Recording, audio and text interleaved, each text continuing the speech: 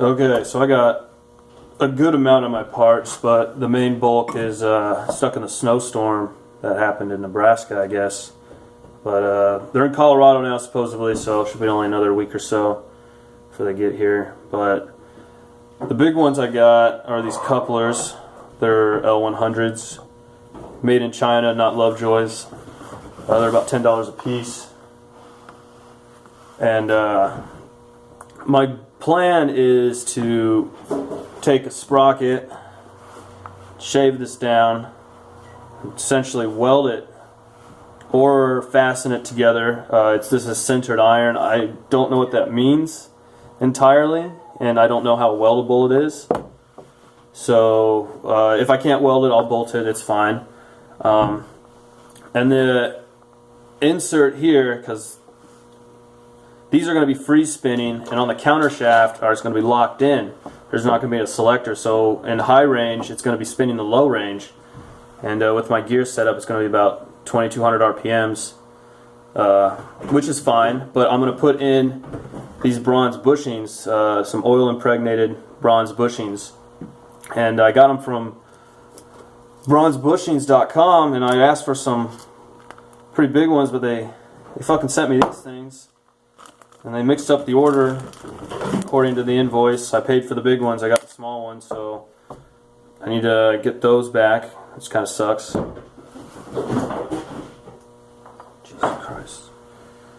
But yeah, anyways, that'll the steel on steel isn't a good idea, and I don't really want to deal with bearings right now, and the bronze may do fine, so I'll see. They're really cheap. They're about $3 a piece. And yeah, and then this will, of course, I'll have another set of these, which will be facing this way, and I'll have like a ring. I'm gonna get probably like a washer or something round, obviously, and I'm gonna put it on a collar, and then I'm gonna get a shifter fork, probably off like a Harley or some kind of motorcycle or something, and then make a little shift point that'll pivot in the center and push this thing. Probably it needs about an inch, maybe an inch and a half of travel. We'll see what it actually ends up as. So as I said, I don't have all the pieces here right now, but there's a lot of backlash on this. There's an insert that goes in, and it's usually made of some kind of polyurethane or rubber. I don't know exactly, but without it, there's like an inch. And you can imagine if you went in reverse and then just dropped it, you're going to slam these couplers together. And they don't even seat all the way together. Like when you seat them like this, it's only the edges, probably like less than a quarter inch, that are actually making contact. So I just see a lot of problems without the insert. But I'm just going to give it a shot, because this vehicle is only going to be operating at around 10 miles an hour most of the time. I mean, I'm going to set it up so you can cruise, probably like 25, 30. For extended periods of time, because I'll put things like wheel bearings in it. And for the first time ever, I got a brake, which I'm sure my mother would love to know that. And I also got my 62 sprocket. So I just got these packages in, which is everything but the bronze bushings. We got 12 bearing pillows, 1-inch bearing pillows.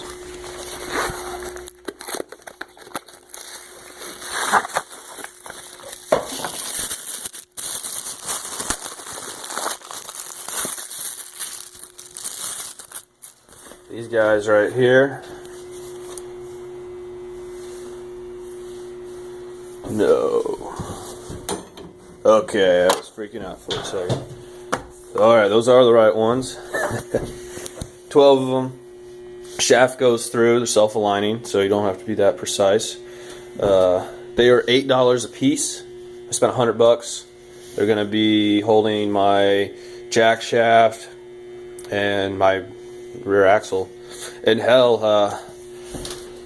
what I'm going to do is I'm going to run a belt drive off of the counter shaft, and I'm going to try and put these cute little fucking shocks on. They only have 2 inches of travel, but that's better than the none that come with stock. And don't know how it's going to perform, but the belt might stay straight on these pulleys and allow that a little bit of articulation that's needed. The 2 inches, less than that, that's 2 inches of wheel travel. So, see if it works. I got the couplers here, these guys. Didn't buy the inserts. And here is the high-low range gear set. So I have, I think I bought 29s. These are 29s and these are 15s. So this is low range, right there, low, and that's high. So it's 2 to 1, 1, 2, whichever way you're going. And yeah, I need those bronze bushings now. That's all I'm waiting on. Start putting stuff together. So, with all these new parts, I'm going to start building the, I'm going to call it the subframe, because with all these sprockets, the chains I'm running, like if any of you have messed with these things, you know that they flex a lot. The frames aren't, they're like Fords, they just fucking bend all over the place. And that's going to fuck up my chain drive, so I'm going to build an actual like little subframe, like I probably add angle iron, nothing too fancy, and it'll just be a whole unit that just houses all the sprockets in a nice solid unit. Probably maybe put some rubber lining and bolt it to the current frame, so I can just pull all the parts off and put it on another mower if I really wanted to. It'll just be like an assembly.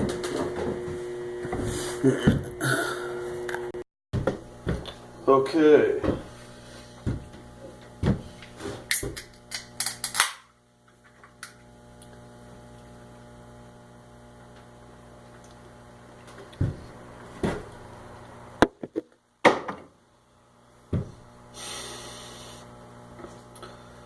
Building the subframe. I'm going to first start by making the motor mounts. And I got, let's see here, I'm going to use this guy, and you know, these two. And maybe that one too, but that won't go into the subframe. So I'm going to make these two and those two. And what I'm going to do is I'm going to take this piece of metal, drill some holes in it, round it out, and make a bracket off it. Then I'm going to take some angle iron and start attaching everything.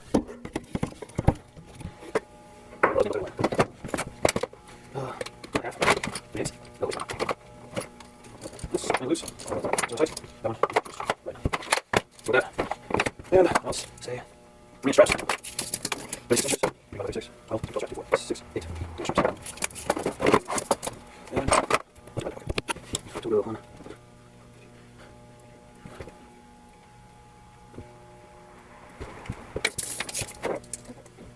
Okay.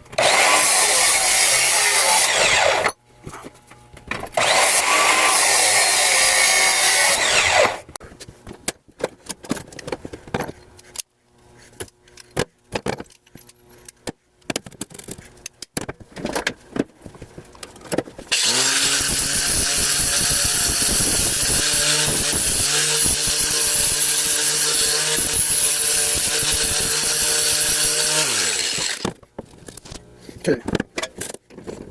Nut. Rotate.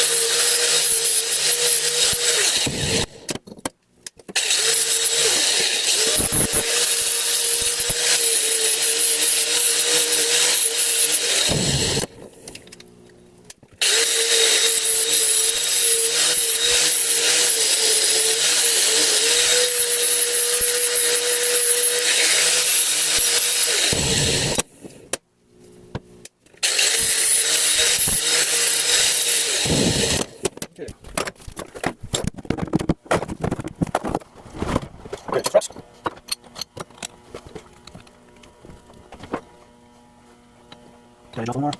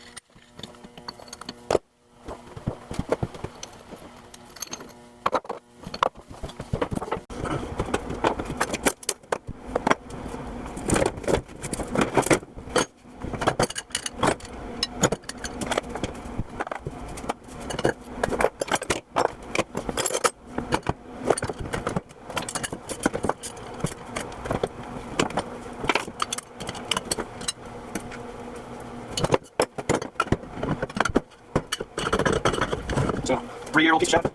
If I'm not doing that though. Very cool. That will quite fit, it's okay.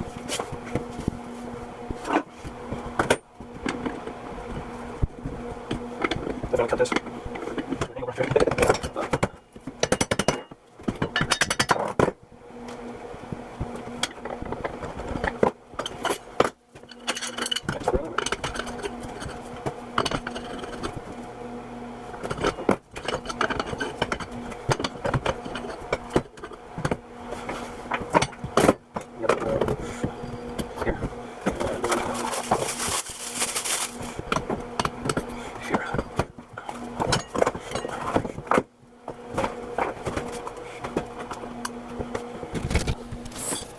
Here's what we got. Essentially, low, high, first reduction. And I got actually a nice piece of metal. Got some C-channel. Nice, flat, sturdy surface. I'm just gonna bolt it down. Now this sprocket is absolutely massive, so looks like it's going to be facing this way. We'll see.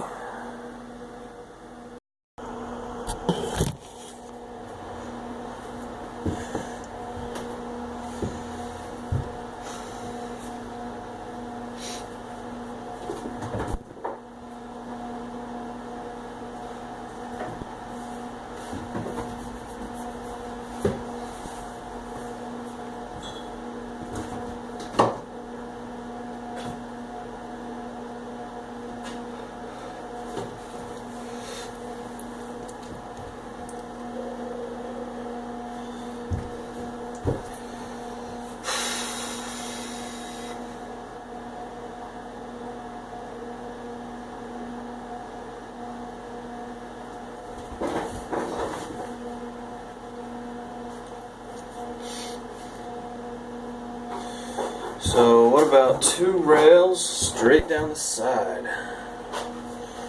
That would make it so I can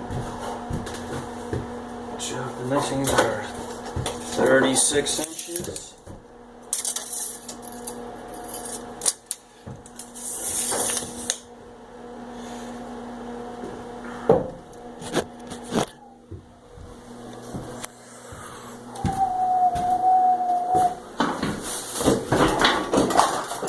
Shove mittens.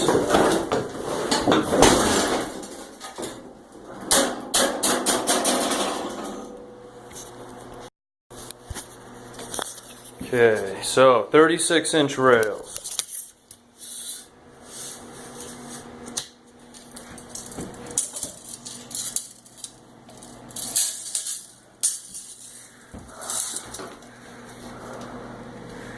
Might be too long.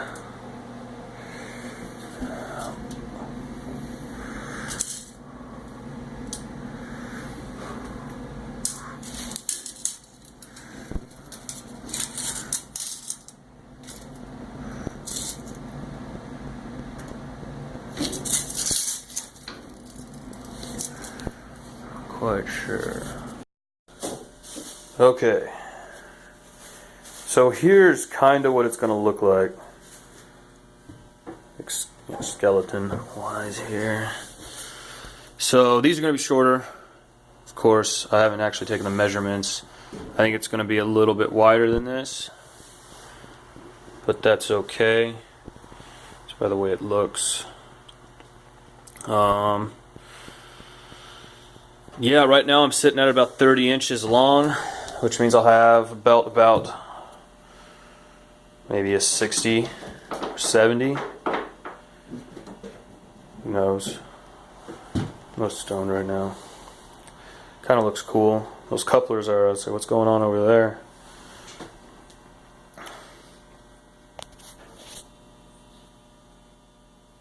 Alright, so what I'm going to end up doing here is I'm going to run 36-inch C-channel straight down the length of the mower. And the frame on the mower is 12.5 inches in some places, a little bit more in others. So I'm going to make these 13, and I'm going to cut out that whole center area and then just reinforce it a little bit and then just place these over, kind of like set them on top, and then probably bolt them in place. So I'm going to start building that right now.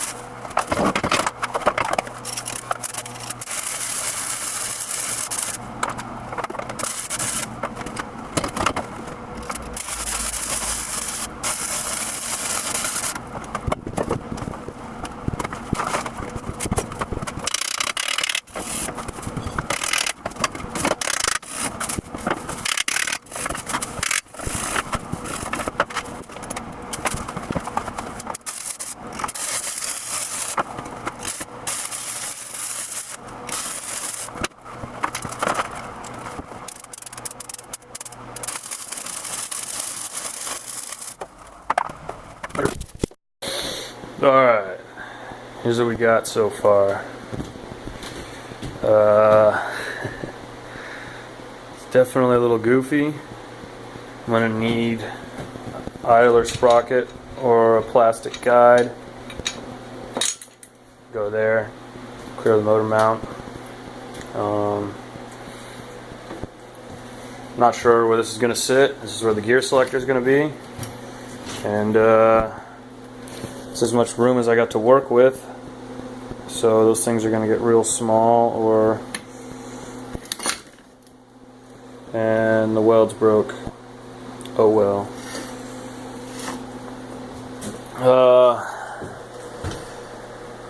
Yeah.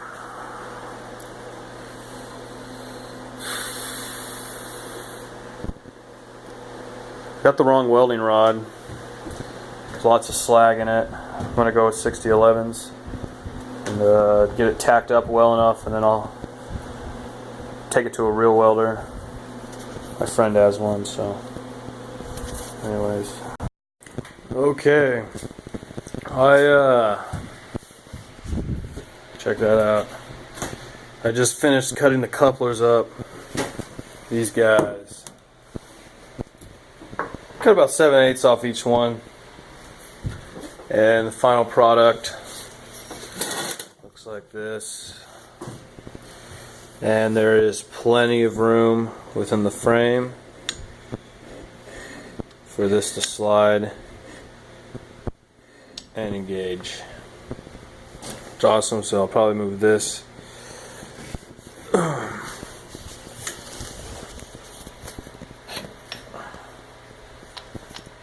Had to put it down for a second, but it'll look something like that. And this will get cut off and moved back. Oh, damn, it slid. Oh well.